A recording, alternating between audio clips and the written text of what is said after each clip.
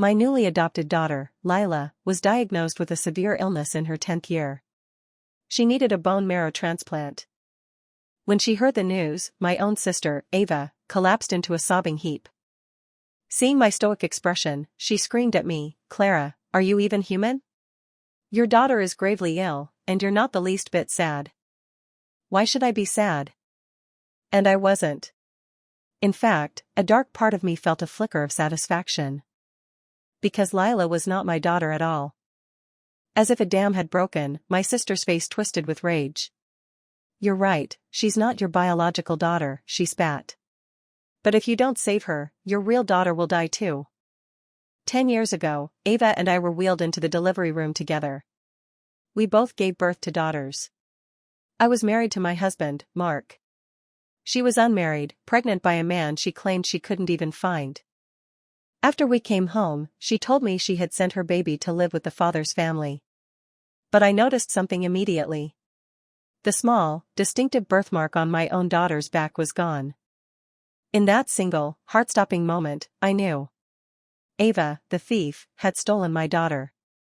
She had been stealing money from relatives since she was a child, a pariah in our family. I never imagined she would grow up to steal my child. To protect my real daughter, I buried the truth, enduring 10 years of silent agony. I had to find my biological child before I could finally rip the mask off this monstrous woman's face.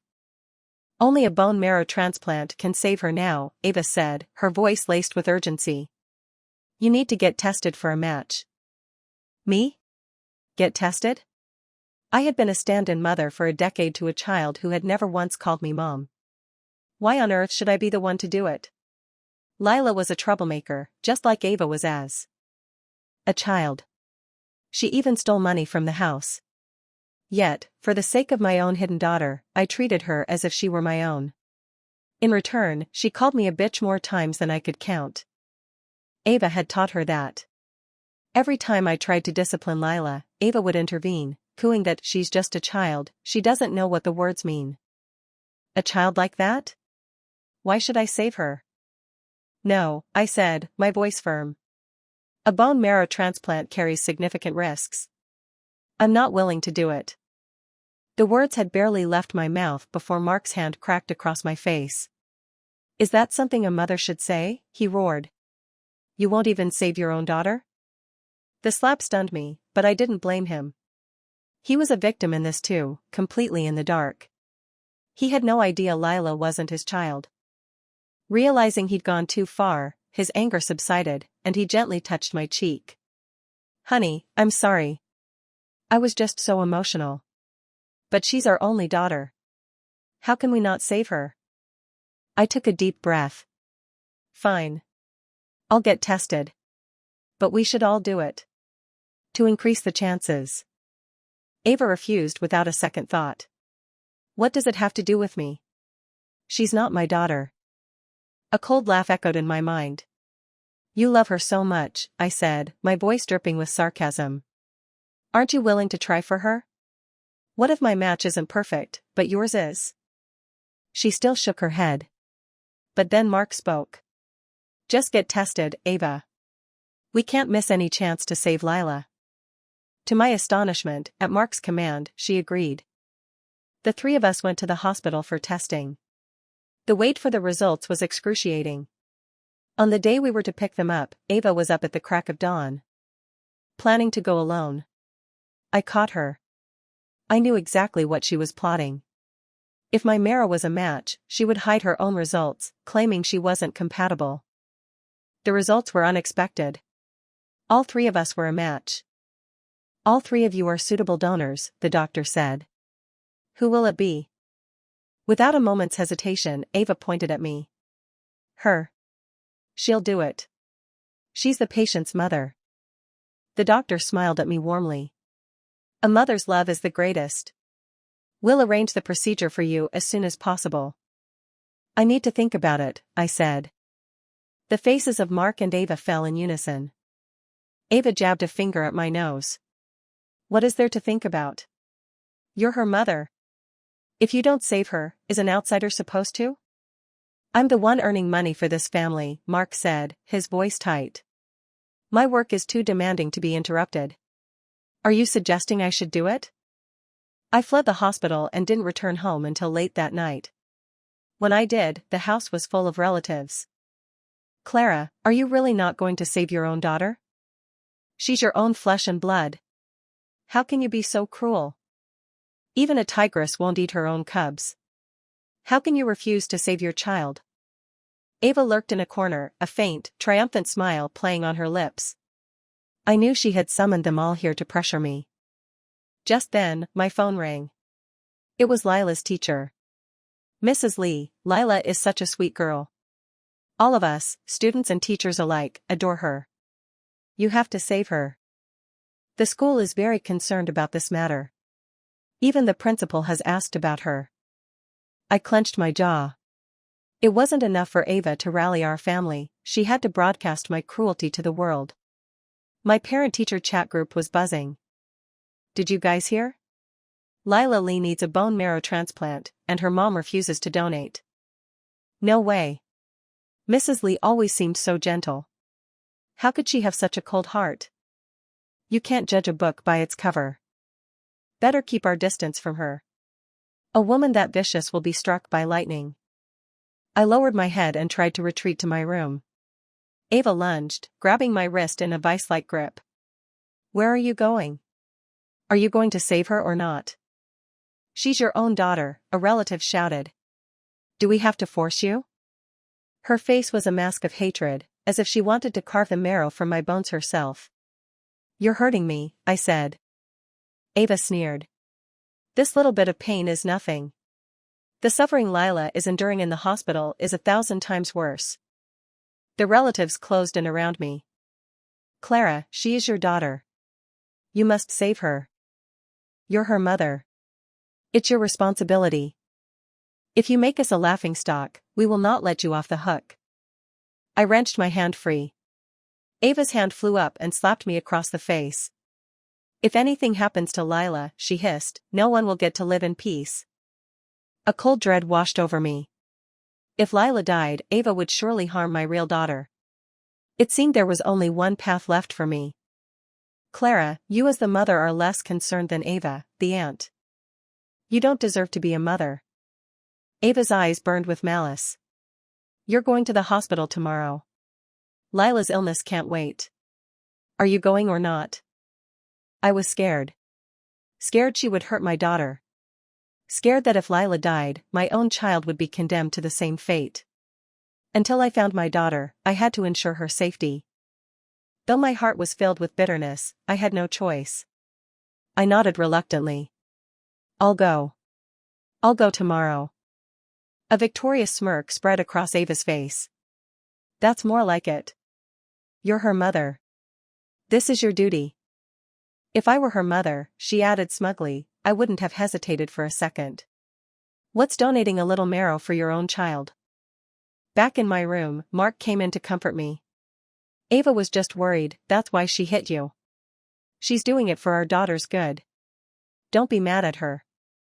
After all, she's your sister. Yes, my own sister. Why would she do this? Why would she steal my child? When I find my daughter, I will make her pay. A terrible, terrible price. The next morning, Ava dragged me out of bed at dawn, as if afraid I'd change my mind, eager to push me into the operating room. Let's go. What? Are you dawdling for? You have to go today anyway. A lot of people know about this now. If you don't go, you'll be torn to shreds online. At the hospital, I noticed people pointing and whispering. They seemed to know me, but their faces were all unfamiliar. Why were they all talking about me?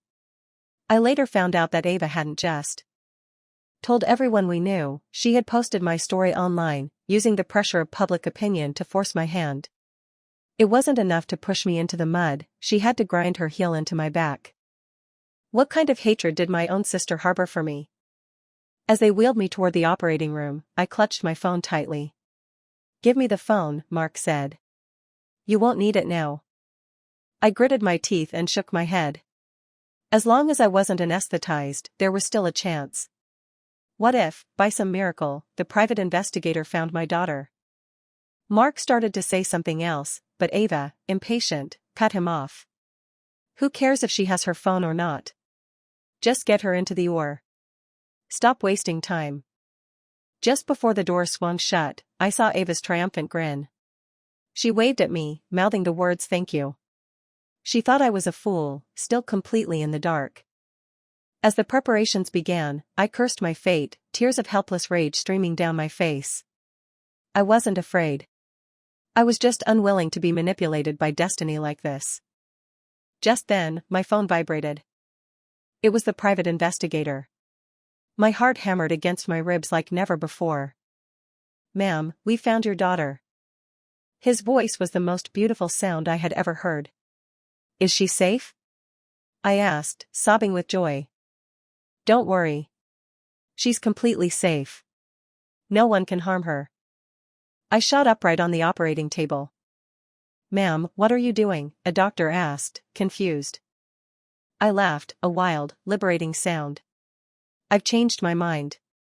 I don't want to donate my bone marrow anymore." The faces of the medical staff changed dramatically. "You can't do that. The patient is prepped and ready. If you back out now, you could kill her." "What kind of mother are you? She's your own daughter." From the other side of the room, Lila's voice, sharp and venomous, cut through the air. "You bitch. How dare you not save me?" The medical staff stared in shock. How could a daughter call her own mother a bitch? I laughed coldly. "Do you know why she calls me a bitch? Because her real mother taught her well. I am not her mother." I walked over to Lila's bedside. "I wonder if your real mother will choose to save you." Then, I strode out of the operating room. The relatives waiting outside stared at me, dumbfounded. "Why are you out here?" "Clara, what are you doing?" "Clara!" Mark roared. "You're not backing out now, are you?" Ava was practically jumping out of her skin. "You wretched woman, what are you doing? Are you trying to kill Lila? You bitch, get back in there. Get back in there and save Lila." Watching Ava scurry around like an ant on a hot pan, I couldn't help but smile. "She's not my daughter," I said calmly. "Why should I save her? If anyone's going to save her, it should be Ava." I turned my gaze to my sister. "Isn't that right, Ava? Everyone, come and see," I announced to the gathering crowd. "This woman won't even save her own child. She'd rather watch her daughter die than make the slightest sacrifice." Ava began to wail, drawing a crowd of onlookers. "Isn't that the woman from the internet yesterday? She looks so pretty and kind. I can't believe she's so cruel. A heart of a viper. How can someone like that be a mother?" The tide of public opinion turned against me, a chorus of condemnation. Not satisfied, Ava continued her performance. "Everyone, please, yell at her. Scold some sense into her. Her daughter is waiting to be saved." She then fell to her knees, weeping. "Please, everyone, save my niece. She's such a good girl, she just has a heartless mother." The crowd was furious. "Look at her aunt. She cares more than the mother does. People like you should just go die. Someone film this. Post it online. Let the whole country see this venomous woman. Lila is not my daughter," I shouted, my voice ringing through the hall. Ava leaped to her feet. "This woman is so shameless, she's disowning her own child." The crowd erupted. "I swear, I want to punch this bitch. How could she say something like that? It's just a bone marrow transplant. What's the big deal? She's so scared she's disowning her own kid. What a selfish monster. She's the child you raised." Mark yelled, his face livid. "How can you say something so heartless? I thought you were just scared, that you were having a hard time psychologically. But now I see you truly don't deserve to be a mother." I turned to Ava. "Did you really think I didn't know you swapped my daughter? 10 years ago, we were in the delivery room together. You, pregnant by some man you can't name. You took advantage of my weakness and switched our babies. You told Lila to call me by my name, not Mom, saying it was better for us to be like friends. The truth is, you just didn't want her calling another woman mother. You taught her to call me a bitch. She just did it again in the operating room. All the medical staff heard her. Is a person like that worth saving? In all these 10 years, has she ever, even once, called me mom? Lila stole the love that rightfully belonged to my daughter. Did you really think I didn't know? That I was a fool you had completely deceived? I just didn't dare to expose you. I was afraid you would harm my daughter. You are my own sister. Why would you do something like this? Haven't I been good enough to you all these years? My words dropped like a bomb. The hall fell into a stunned silence, then erupted in a flurry of whispers. What is going on? There's another twist? The aunt is the real mother? No wonder she was so frantic. She's the mother. The relatives stared, mouths agape. Ava, is this true? You swapped Clara's baby? Where is Clara's daughter? You didn't harm a baby, did you? She's lying. Ava shrieked, panicked. I didn't do it. My baby was sent away 10 years ago. My daughter had a birthmark on her back, I said, my voice ringing with certainty. I saw it in the delivery room. Lila doesn't have one. She is not my daughter. Ava's composure finally shattered. Fine. Yes. I swapped them, she screamed. I wanted my daughter to have a better life. So what if you're my sister? From the time we were children, you were better than me at everything. Everyone liked you more. Why? I was just a little mischievous, my grades weren't as good, why did no one like me? I couldn't stand seeing you being the center of everyone's universe. I wanted my daughter to have all the love in the world. Her twisted logic shocked everyone. So she's the evil one. And she's her sister. How could she do that? If you're not outstanding, you blame others? With a heart that venomous, how could she ever be outstanding? Ava turned on the crowd. It's none of your business. Who are you to judge me? So what if I don't admit she's better than me? So what if I wanted a better life for my daughter? What are you going to do, bite me? The crowd seethed with anger. What a shameless creature. I'm so angry I could spit. Someone shut this bitch up. That's it, I can't take it anymore. Come on, hit me. Ava taunted, her face ugly with defiance. Assault is a crime. Do you dare? She even turned on the relatives. And you? All of you looking down on me. You're all just a bunch of snobs. She then fixed her cold gaze on me. So what if you know? If you want your daughter to be safe, you'll go and save Lila right now. Otherwise, you'll never see her again. And another thing. A smug, triumphant smile spread across her face, filling me with a sense of dread. My daughter isn't some wild child. She is my daughter, and Mark's. The world tilted. Mark's hand flew out and struck Ava across the face. Mark, are you a man or not? Ava shrieked, unfazed. Afraid to admit what you did? Go on, tell her. Tell her Lila is your daughter. My mind exploded. I didn't need Mark's confession. His reaction was enough. He and Ava. All these years, and I never suspected a thing. No wonder their marrow was a match. And I, like a fool, thought it was a coincidence. I stumbled, nearly falling. Mark rushed to my side. Honey, I'm sorry, he pleaded. It was a mistake. A one-time thing. I was wrong. Please, you have to forgive me. I slapped him, the sound echoing in the silent hall. The man I trusted most. How could he? For 10 long years, I never knew. My eyes blurred with tears, a sharp pain piercing my heart.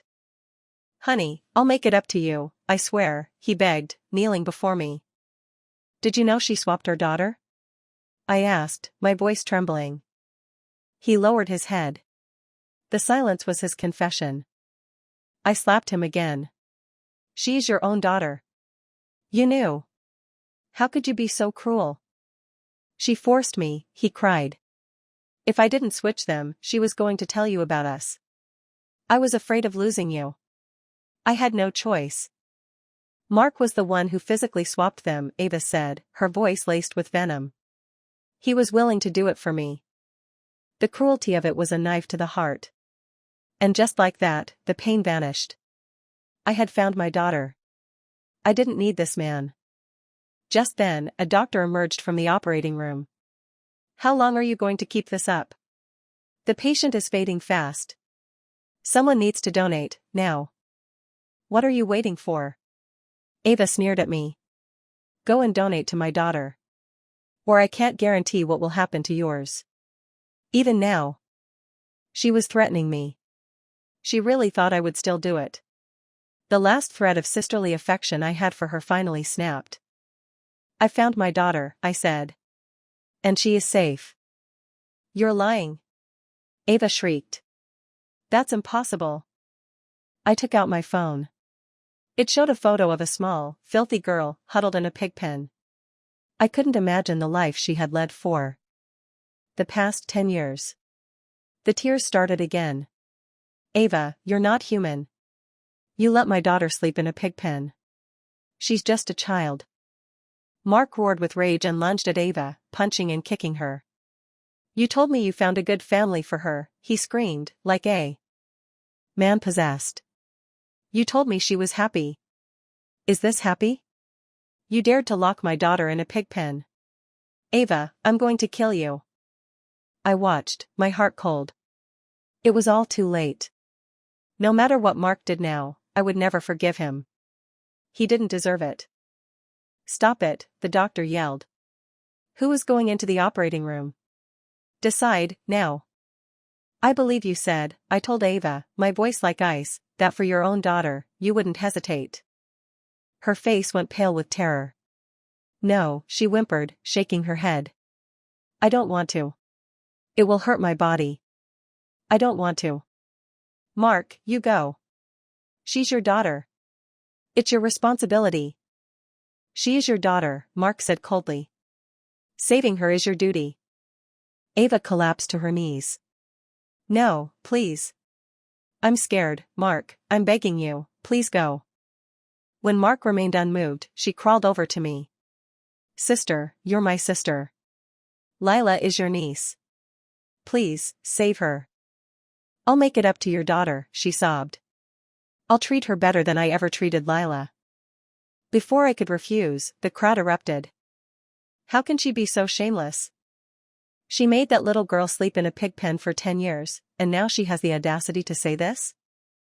Don't you dare agree. She doesn't deserve an ounce of pity. That's right. It's her daughter. If she won't save her, why should you? Get out. Ava shrieked at them. All of you, get out.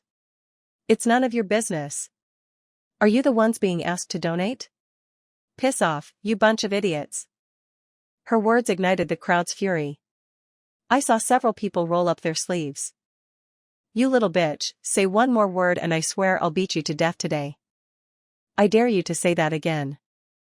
My God, how can such a vile person exist? I can't stand it. Seeing the mob surge forward, Ava fell silent, terrified. Sister, please, help me, she whimpered. Now you remember I'm your sister? I said with a cold laugh. Do you know why no one likes you? Because since you were a child, you've been a troublemaker. You turned classmates against each other, relatives against each other. You paid thugs to beat up our own cousin. You stole money and never admitted it, but everyone knew. Which one of our relatives haven't you stolen from? How could anyone like a person like that? I warned you so many times, but did you ever listen? She sobbed, banging her head on the floor. Sister, I was wrong. I know I was wrong. I'll change, I promise I'll change. It's too late, I said, shaking my head. I'm going to get my daughter now. Whether you save yours or not is your own business. I turned to leave. She clung to my leg, refusing to let go, until a few kind onlookers pulled her off me. I left the hospital and drove 300 kilometers, following the address the private investigator had given me. My heart pounded with anxiety. After 10 years, how would she react to me? If she cursed me, hit me, I would have to endure it. Her suffering was, in part, my responsibility. When I arrived, the investigator met me. "Ma'am, you need to prepare yourself for what you're about to see." They had sent me a photo, so I thought I was ready. But nothing could have prepared me for the reality. She was kneeling in a pig pen, scooping slop from a stone trough with her bare hands, her face smeared with filth. The moment she saw me, a stranger, she scuttled into a corner like a terrified animal, her eyes wide with fear. My heart felt like it was being pierced by 1,000 arrows. The pain was unbearable. "We were going to bring her out," the investigator said gently, but she resisted. "We didn't want to traumatize her further." My legs felt like lead as I walked toward her. She curled into a tighter ball, trying to disappear. I sat down on the filthy ground, my clean clothes instantly covered in mud. Her fear slowly gave way to curiosity, but the wariness remained.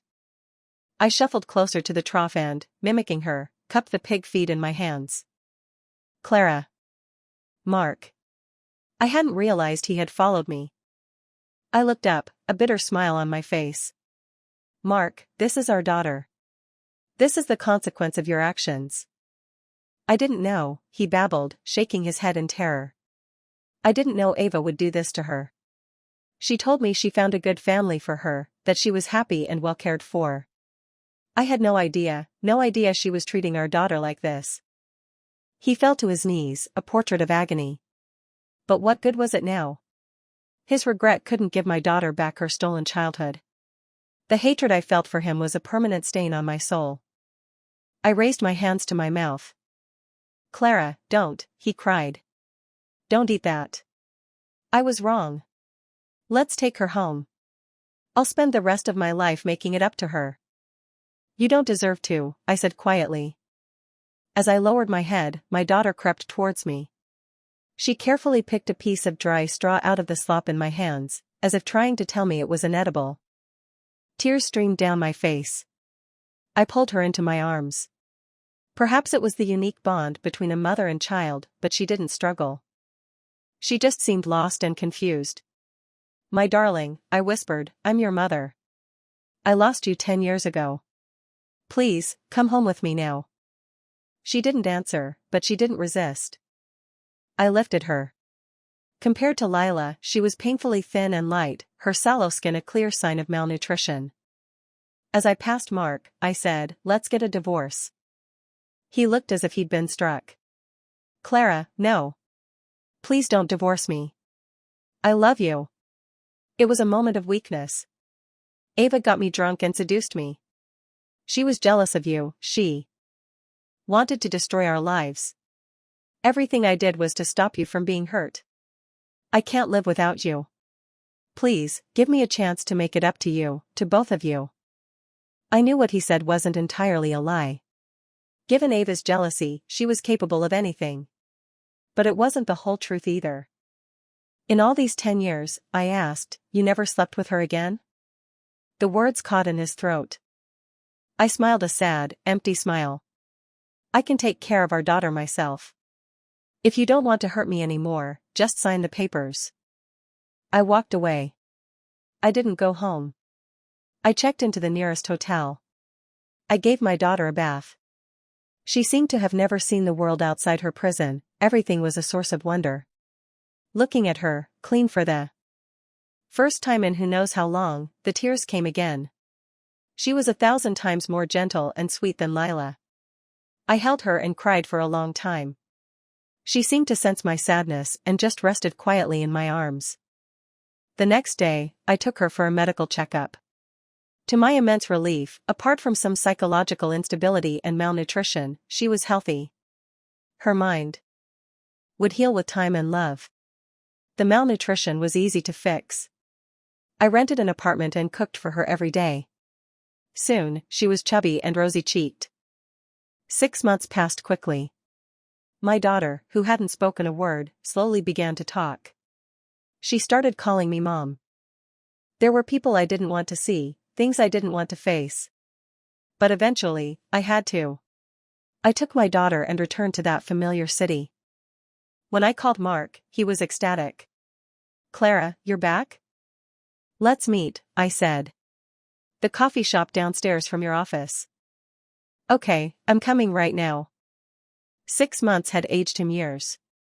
His face was etched with sorrow, his hair streaked with white. Clara, he said, his eyes welling with tears. I've missed you so much.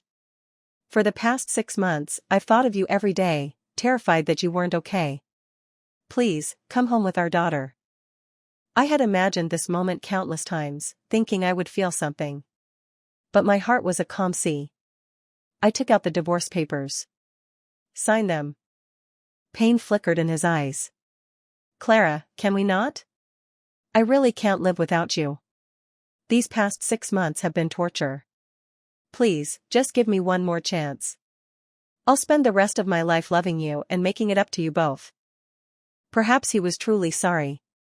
But did it matter? I couldn't accept him. Lila died, he said quietly. Faced with her daughter's life on the line, Ava still refused to donate. My heart fluttered. As much as I resented Lila, she was still a child. I couldn't believe Ava could be so cruel. Ava went insane, he continued. She's in a psychiatric hospital. Probably for the rest of her life. Are you done? I asked. I'm not interested in any of this. I just want to finalize the divorce, leave this city, and start a new life with my daughter. The light went out of his eyes. The vibrant, confident Mark I once knew was gone, replaced by a man on the edge of old age. Is a divorce the only thing that will make you happy? He asked. A divorce is the only thing that will stop the pain, I replied. His hand trembled as he signed his name. He pushed a bank card across the table. The password is your birthday. He stood up and walked out of the coffee shop like a man who had lost his soul. Mommy, my daughter asked suddenly, was that my daddy? I nodded. I wouldn't deny his identity.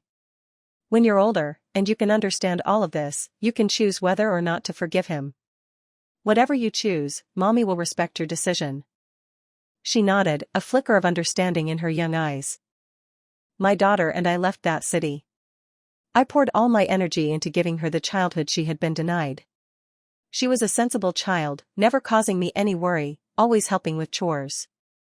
3 years later, I received a call from an unknown number. Sister, a familiar voice said, can I see you one more time? Ava. Had she recovered? I was about to refuse, but curiosity got the better of me. I agreed. A week later, I was back in that city. I used to love it here, but now it only filled me with a sense of revulsion. The pain it held was too deep. I met her at a hospital. She was pale and gaunt, looking terminally ill. Sister, she asked, her voice weak, why does everyone like you and not me? Do you remember how many times you stole money as a child? I said coldly. Not just from our family, but from all our relatives. It got to the point where whenever we visited anyone, they had to watch you like a hawk. Because they were afraid you would steal from them. She lowered her head. I just wanted some spending money. Was that so wrong? Our cousin, I continued, you paid a group of thugs to beat him up. He was left with a permanent disability. He still limps. He was our family, and you hired outsiders to hurt him. Mom and Dad had to kneel and beg his parents for forgiveness, and you just stood there and called him a cripple. How could anyone like a person like that? She cried. I couldn't tell if it was remorse or fear of death. It didn't matter. I didn't care what happened to her. Sister, will you forgive me? No, I said, shaking my head. Even if you died in front of me right now, I would not forgive you. If you asked me here for my forgiveness, then I should go. I turned and walked away without a second glance. As I left the room, I ran into my parents. They too looked much older, much more worn. But they didn't say much. My mother just took my hand. Come home and visit when you have time, she said. I nodded and promised I would visit every New Year. Not long after, I received news of Ava's death. I didn't go to her funeral. But on that day, I found myself crying, an unstoppable flood of tears. My revenge was complete. But I had also lost my sister. My daughter hugged me, frantically wiping my tears. Mommy, don't cry. Did I do something wrong to make you cry?